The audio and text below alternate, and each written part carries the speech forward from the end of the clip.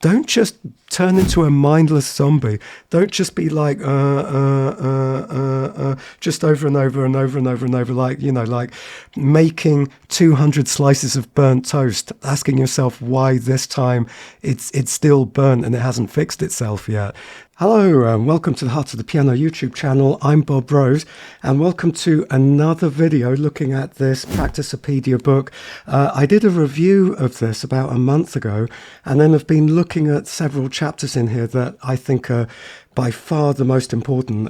If you're interested, there will be a link above and below to the playlist where you can find all of the videos in this series, and also the original video that did a review of the book. It is quite a difficult book to get hold of. So basically what we're looking at today is the chapter called Clearing Obstacles, very closely related to bug spotting, which we're going to come to in a future one. But yeah, clearing obstacles, finding what causes tricky bits to be tricky. Now, like I said, the thing about this book, it's not reinventing the wheel. It's not like telling you a load of information that you just kind of didn't know or that other people weren't already teaching. But what this is good at is emphasizing the good habits that everybody needs to have, that most people don't really have as habits. Most people don't really do this.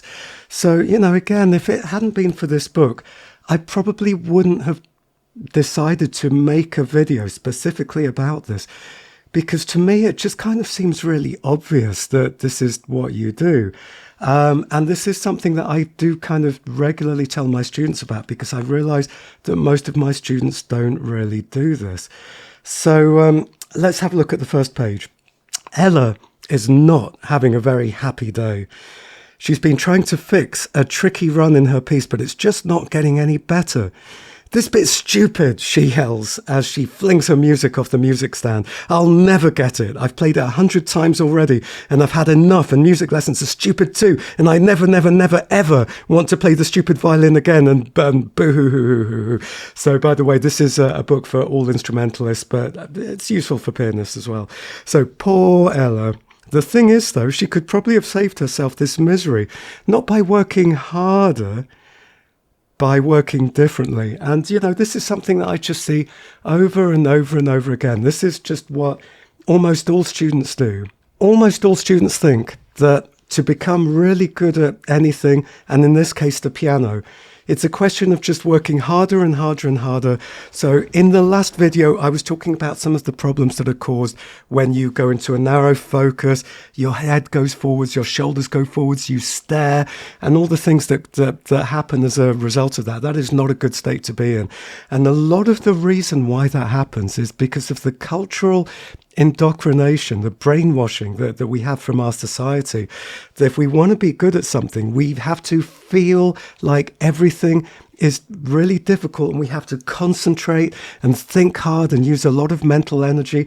This is not how we learn the piano. Think about it. When you watch all your favorite musicians, think of your favorite musicians. They don't have to be pianists, they can be any instrument.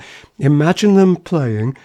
Aren't they all completely relaxed and looking like playing is second nature? It's completely easy.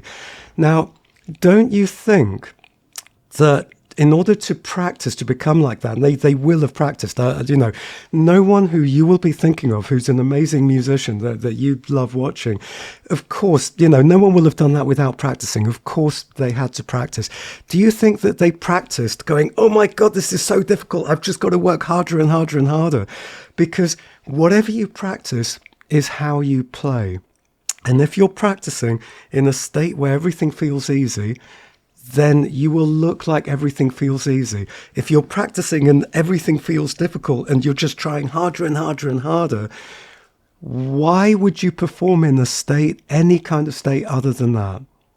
So, going on in the book, we're all taught that if you want to master tough passages, you have to play them over and over and over. There's a little bit of truth in that. There is some truth in that, yeah. That if a section is still not behaving itself after you've played it 100 times, it's just a sure sign that you really needed to play it 200 times instead. And yeah, this is really what it boils down to. I mean, so many of my students at first, when they first come to me, and so many people, who are not professionals in general, they will just sort of go into this zombie mindless state and just play something over and over again and expect that if they do it enough times round, magically, somehow, it's going to happen. It doesn't work that way. It just absolutely doesn't work that way. And it's great that this guy, Philip Johnston, is writing this chapter to really explain this to people, because to me, it just kind of seems obvious. And yet, most people, this is the trap that they fall into. So, he says, let's take a closer look at this, because I'm not convinced it's such a great idea. The play it a lot to fix it model can be described in 3 steps. Step 1, play the passage. Step 2, did you play it well, yes or no? Usually going to be no. Step 3, if no, go back to step 1. So, play the passage. Did I play it well? If no, go back to step 1, do it again over and over and over and over.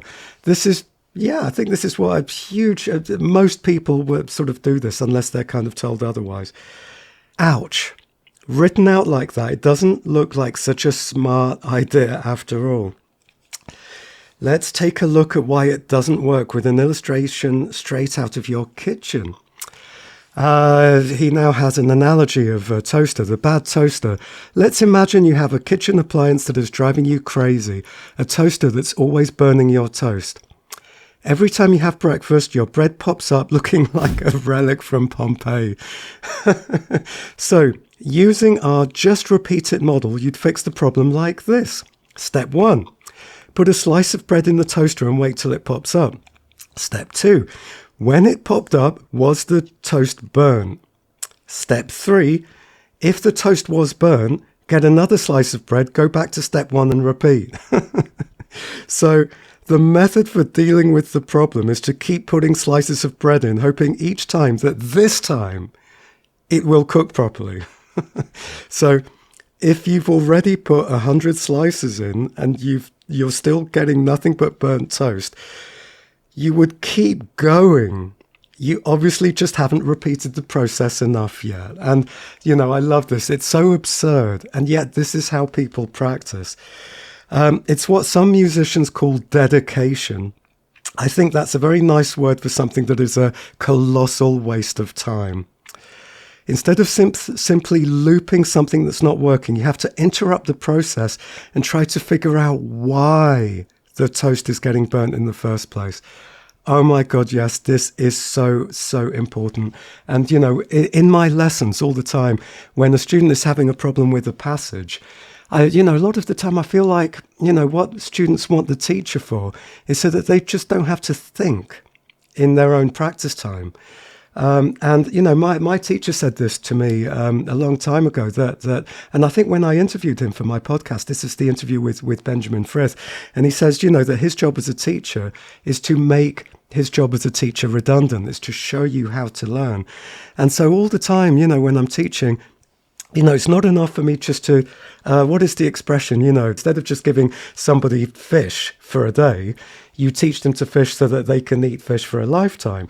And so what I try and do in the lessons is not just, do this, but it's like, okay, why are you having problems with this particular passage? Let's see if we can figure out why. Because if you can figure out why you're having that problem, then we're a lot closer to being able to fix it. But most people don't ask themselves why. Or maybe what they do is they go, I can't play it.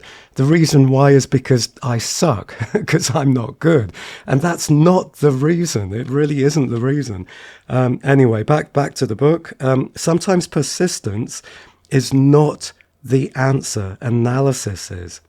So, I like this. It's been said the definition of insanity is doing the same thing and expecting a different result. Was it Einstein who said that? I'll put whoever it was who said that above me. I think it was Einstein, but we will see in the editing afterwards. If you've already thrown plenty of practice at a passage and it's not responding, simply doing more practice is not going to get the job done. In fact, you're probably just reinforcing whatever was causing the passage not to respond in the first place. In other words, if you keep doing it over and over and over and over, you're actually just making it worse and worse and worse and harder to improve it in the future. So your very first step has to be to stop what you're already doing, catch your breath, and then find out what's really going on. And then really, to me, it's not rocket science. Basically, let's take these one at a time, analyze the passage. So it's not enough just to say, this bit is hard. What exactly is it that makes it hard? And then test possible solutions. And this is really important. Experiment. Play, playfully, like a child. You play around. You find different ways of doing it, as many as you can. I think most of my students, they're just thinking there must be one correct way of doing this. They try and find something and then just do that. No, there's always loads of different possible solutions. So it's time to brainstorm possible solutions. Armed with a list of possible fixes, try them out. See what works, what doesn't, and then Item 3, cement the solution that delivered the greatest improvement. I'm not sure I like the word cement here, but anyway. If one of your possible solutions actually helped, it's worth building into your playing. So if you had a theory that perhaps relaxing your hand and dropping your shoulder would make a fatiguing passage easier to deliver, and you were proved right, then you would need to practice doing exactly that. And then he says, start with the usual suspects in your hunt for obstacles. There are 3 that between them account for the vast majority of passages that don't seem to improve with practice. Before you start looking for more complicated causes, take a moment just to rule these out. And I'm going to add my own in a moment. So, number 1, being unclear as to what notes or rhythms actually are. It sounds obvious, but it's amazing how often students will start repeating sections that are filled with basic note reading errors and then wonder why it keeps sounding wrong despite all their practice. The second one, unworkable fingerings. Your choice. You can either spend 5 minutes working out a better fingering or 5 weeks struggling to master the old bad one. That's a really, really common, very, very important one. And insane tempo. Often the simplest explanation of all. You can't play this bit because you're trying to play too fast. You dope, he says. And I would say it's not just insane tempo, but also you're just trying to play a passage that's too long. So, like we were looking at a couple of videos ago in the one about chaining, you can play at an insane tempo if you're working with a tiny, tiny section of 2 notes or 3 notes. So, it's a combination of either you're going too fast or the section that you're doing is too long. And they sort of have this relationship that you can go really fast with a very short section, or you can take a very long section if you take everything slower. And so here he says, removing an obstacle doesn't just cut back the amount of practice the passage needs. Sometimes it can actually mean that you don't need to practice the passage at all. After all, if the cause for a passage being difficult has been removed, the passage should no longer be difficult. And this is it. It's just absolutely amazing how so much of the time people will, literally spend weeks and months just over and over playing, just completely wasting their time, when if they just spent a while going, why is this difficult? Why? And then what can I try? What are the things I can try? And it immediately fixes it. So anyone who's looked at my website, anyone who's been interested in me as a teacher and has looked at my website and the information that in the page about me, knows that a lot of my teaching methods and my playing methods, my whole approach to playing the piano, basically came about because I'm essentially very, very lazy. And when I was very young, I realized, I didn't really want to be sat at the piano practicing stuff over and over again when I could figure out ways to learn something quicker and then be able to perform it with way less time spent at the piano. So, in a way, this is what he's saying here. If you just spend a little bit of time working this out, you might not even need to practice that passage. So it's just a complete no-brainer. But it does require that, instead of being completely mindless, like on total autopilot, just over and over again, you've got to engage your brain a little bit. And this can feel, if you're not used to it, it's like, oh my God, this is hard, this is difficult, rather than just sitting there, just letting your fingers go over and over and just zoning out and, just daydreaming. Yeah, I guess in a way it takes a little bit more. You've got to be a bit more alert. You've got to think a little bit more. But at the same time, if you're also combining that with a sense of aiming towards something that feels relaxed, you're going to find that it invigorates you. It gives you energy because you feel excited by the progress that you're making, rather than being fatigued by, I've been doing this for weeks and I'm going nowhere, So in the beginning, it'll feel like, oh my God, this is taking quite a lot of mental energy. But if you make this a habit, I find that it energizes me. And then he says, if it is still difficult, then there may be more than one obstacle. Go back and take a closer look. And then when you can't find the obstacle or the solution, and, again, this is very common. Sometimes you can run a microscope over a passage and still can't discover why it's hard. So record the location of the problem passage in your lesson agenda, and that's in a different sort of passage, a different chapter, and basically take it to your teacher. And, this is absolutely fine, because there are many times where, I'm in a lesson with a student and I can clearly see what the problem is. And I'm asking the student, and I'm asking a lot of leading questions, and I'm guiding the student towards what the problem is. And they just absolutely don't see it. And that's absolutely fine. Sometimes you need a teacher to help you, to point out to where it is. And then once your teacher does that enough, you find that you start being better able to go, this is probably like one of those that the teacher pointed out. You start getting better at looking for them. So basically, that's what he says in this particular chapter. I have a lot more thoughts about this because this is so fundamental. So the things that are causing the problems can be fixed by things that, you can view of as being sort of pure technical things. Talking about one of the examples in one of the previous videos, we were looking at scales. Let me turn the piano up. We were looking at scales. And we were looking at the problem of what happens when the thumb goes under in the right hand. And that what a lot of people don't do is think about how they move their wrist. And this time I'll try and actually include my wrist in the shot. So what a lot of people try to do is they try to play like this. They try to go, da, da, da, put the thumb under and go, and then get to, so say we're in key of C, you go C, D, E, and the thumb tries to get to F, and it's really super difficult. Da, da, da, that's a long way for the thumb to go. It feels really awkward. Or what we can do is something like da, da, and start moving the wrist so that distance, the distance to get from the third finger to the thumb underneath, da, da, da, da, da, and look how easy that is now. That's so much easier. So that is one example of like a physical thing that you can sort of, so the problem is that the thumb under between the E and the F feels really awkward and difficult. Well, what are some of the ways that we can solve that? Well, we can move the wrist. Let me come like this. We can move if we're playing like this, we can move the wrist like that and then get the thumb under there. So the elbow has to come across as well, and then we can get the thumb under. Now, there are other solutions for this as well. We can do things like rotating.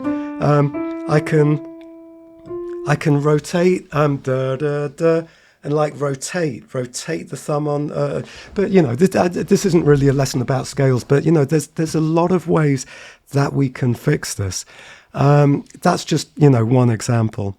Now, something that I find much more important and useful in terms of clearing obstacles, which I think Philip Johnston doesn't really touch on because it's way outside the scope of his book, I think.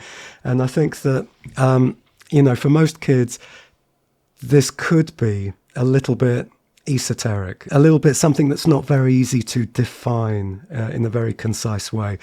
But, people who listen to my podcast, Heart to the Piano, and who watch some of my other videos where I talk a lot about psychology, for me, the thing really that fixes that scale in the first place, so that I never have to think about, this like, and I have to start moving my hand in advance to get the thumb there. I've always done that very naturally because I've always been very interoceptive.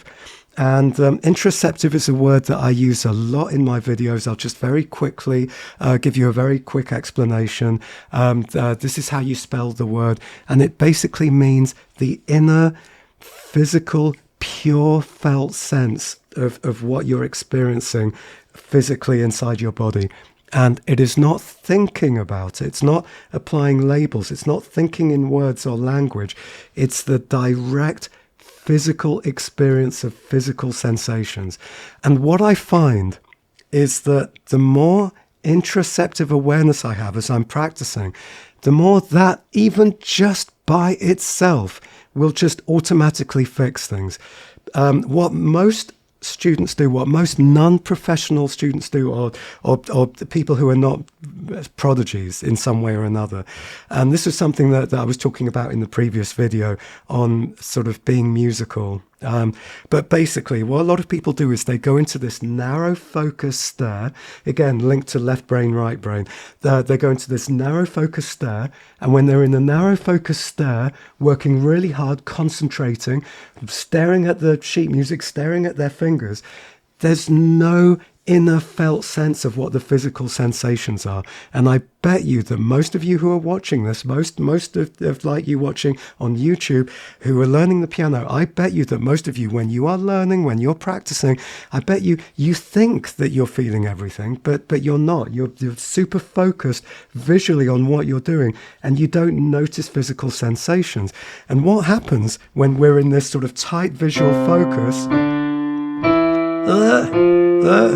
is that the body doesn't naturally intuitively move.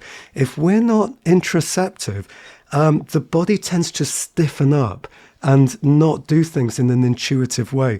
But if I even just like become aware of the sensations in my fingers, my hand, my wrist, and my arm and my body, and what's important here is that in a way this is very closely related to meditation, in that when you meditate and you focus on your breath, you do your best not to change the way that you're breathing. Now, interoception, ideally, you don't really try to control everything that you're doing. That can just be very frustrating. Now, I mean, really, this is a subject for a whole different video. This is way too much to go into now, but I'm just going to very quickly and very gently drop this in, that if I, let's say I'm playing a scale, and I'm going to say to myself that I'm going to be aware of how my wrist and my hand and my fingers and my arm, how they all feel, but without trying to control it. I just find that intuitively, my arm and my hand, they just know where they're going to want to go.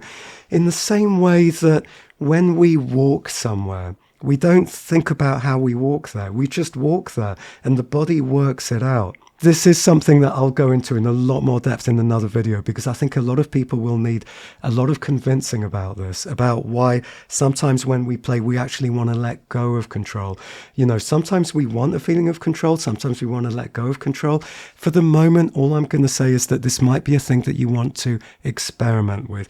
That if I'm playing a scale, it's going to really help to really feel as many of the subtle, nuanced sensations as I can in my whole hand and arm and fingers, so that it can naturally, intuitively start to figure out what it needs to do in order to get over the problems.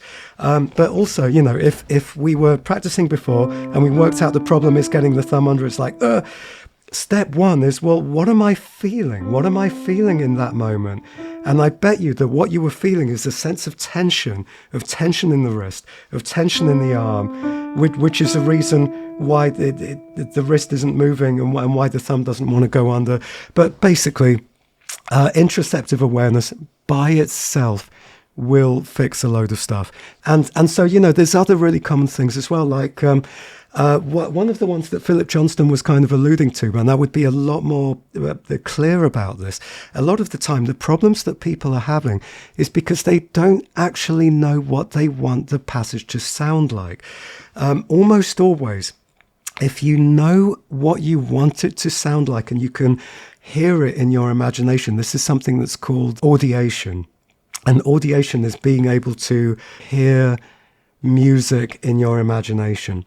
If you can audiate it, your fingers are way more likely to be able to play it. Just audiation by itself is something that's going to fix so many issues.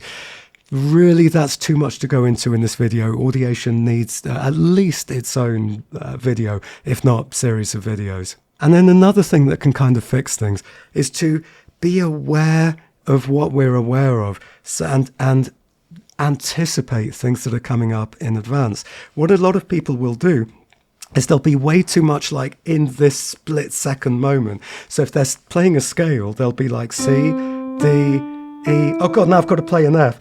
And then the finger just suddenly sharply goes over. So again, they'll do something like this, C, D, E, and suddenly realize, oh my God, I've got to be there. That's too late. You can go C, D, and start thinking that the thumb's going to need to be at that F, and you can get there beforehand. Now, something that I think is quite useful for explaining this, people who are familiar with my YouTube channel will probably know that in the past I've recorded lots of performance videos of me playing pieces that have like the piano roll, the synthesia. You've got like bars of notes that fall from above. More recently, they've been like from this angle where the bars fall down like this. But before that, I did them like other people, the more normal thing, where you see the hands from above and then you see the notes sort of coming in advance. And, it's really interesting. I find it interesting when I watch that back, that a lot of the time, you see the bars falling down, and there'll be a bar way up at the top coming down. And you can see that even while it's way up there, moving down quite slowly, my hand and my fingers are slowly getting ready for that bar that's coming down, which shows that, and this is something that these days I don't even think about. So it sort of shows you that ideally when you're playing, you want to sort of be anticipating all the things that are coming up towards you. Now, a lot of people ask me, and there have been some recently. So, some of you will think, oh, that was me who asked that question. But everybody asked this question. This is one of the most asked questions ever, which is, how do I play more accurately? I always seem to make a lot of mistakes. How can I play more correct notes? And, as I spoke about in the video before this one, for one thing, it's really unhealthy to focus too much on trying to play all the correct notes. Having said that, in the back of our minds, we don't want to play a lot of wrong notes. As much as possible, we do want to play all the correct notes. We don't want to get neurotic about it and sort of focus on it, that is our priority. It's never our priority to make sure that every single note is correct. But at the same time, I want to practice in such a way that, yeah, all the notes are going to be correct. And that's not the most important thing. The most important thing is connecting with it, it's communicating, its expression, its emotion. But of course, I want all the notes to be correct as well. And one of the ways that I found to be the most reliable, the most useful, the most helpful of playing as accurately as possible without getting neurotic, without making that unhealthy, is to, as you're playing, be anticipating everything that's coming up. And by anticipating, very little of that is visual. So in a way, when I was talking about, playing for, and you see the hands and you see the notes coming down, I must emphasize, this isn't a visual process for me. It's more like I'm already imagining the sound, and I'm already imagining the feelings in my hands of what something is going to be like when it comes. So again, this is way too much to go into in this video to try and sort of distill this into something that's really more concise than the waffling I've been doing so far. What I find is really important at basically going, what is the problem? Why am I finding this difficult? Philip Johnston's approach is to go, well, what are all the physical impediments? What are the physical things that are blocking me? What I, all my life, have found very useful is to go, where is my awareness? What am I aware of, and where is my focus? What am I focusing on? What am I aware of? How is my focus distributed? And where is where and how is my focus, in other words? And is that a useful place to be? So, if I'm playing a passage and I keep getting something in the left hand wrong, maybe it's because when I get to that passage, I'm just simply, my awareness is somewhere else. And it's not enough on the left hand. Maybe I just need to pull a little bit of my awareness away from where it was and towards the something where I need it. Or I need to practice, giving it some more awareness before I take the awareness away again. Now, what I find, and again, this can be a little bit esoteric, but what I find is that just practicing, shifting my focus and my awareness around to different places, that can be one of the most important things that can fix almost anything. So let's take the example of a scale. Let's say that somebody's learning a C major scale, and they're learning both hands, and they're going, okay, the thumb has to come under in the right hand. Okay, and now my third finger comes over in my left hand, and now my thumb comes under in my right hand, and now my fourth finger comes over in the left hand. And in the beginning, you do have to break it down in all those kinds of steps. But then, if you ask someone to play the scale fast, they're like, how on earth do you do that? That's just not possible to be like, oh, thumb goes under, then third finger goes over, and then thumb goes under, fourth finger. It's just not possible to do that. So what has to happen is you have to figure out, well, how do I use my awareness and my focus to be able to play it at that speed? And you realize that what you have to do is use it in a completely different way. What you have to do is you have to learn how it physically feels. So when you get to here,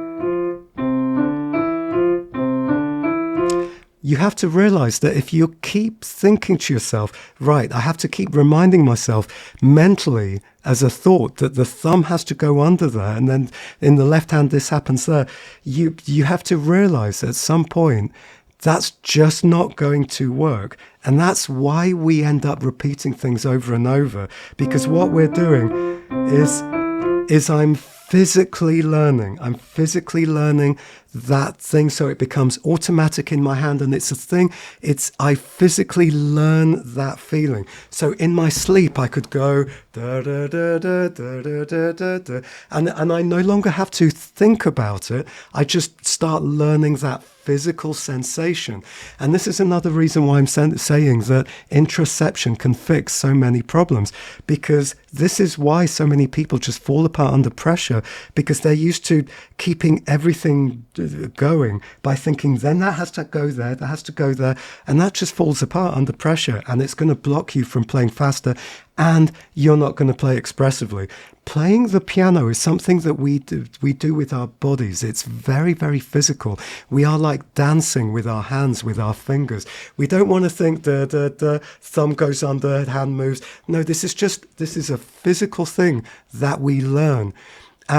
And when we then practice that, the feeling, so that we can, practice on the table, and we can hear it, and we can feel and we can imagine all the sensations. This by itself is what will fix so many issues. So, this is part of what I'm saying, that thinking about where is my focus can fix so many issues. And then another reason why people will find scales difficult is they won't be listening. They'll be like,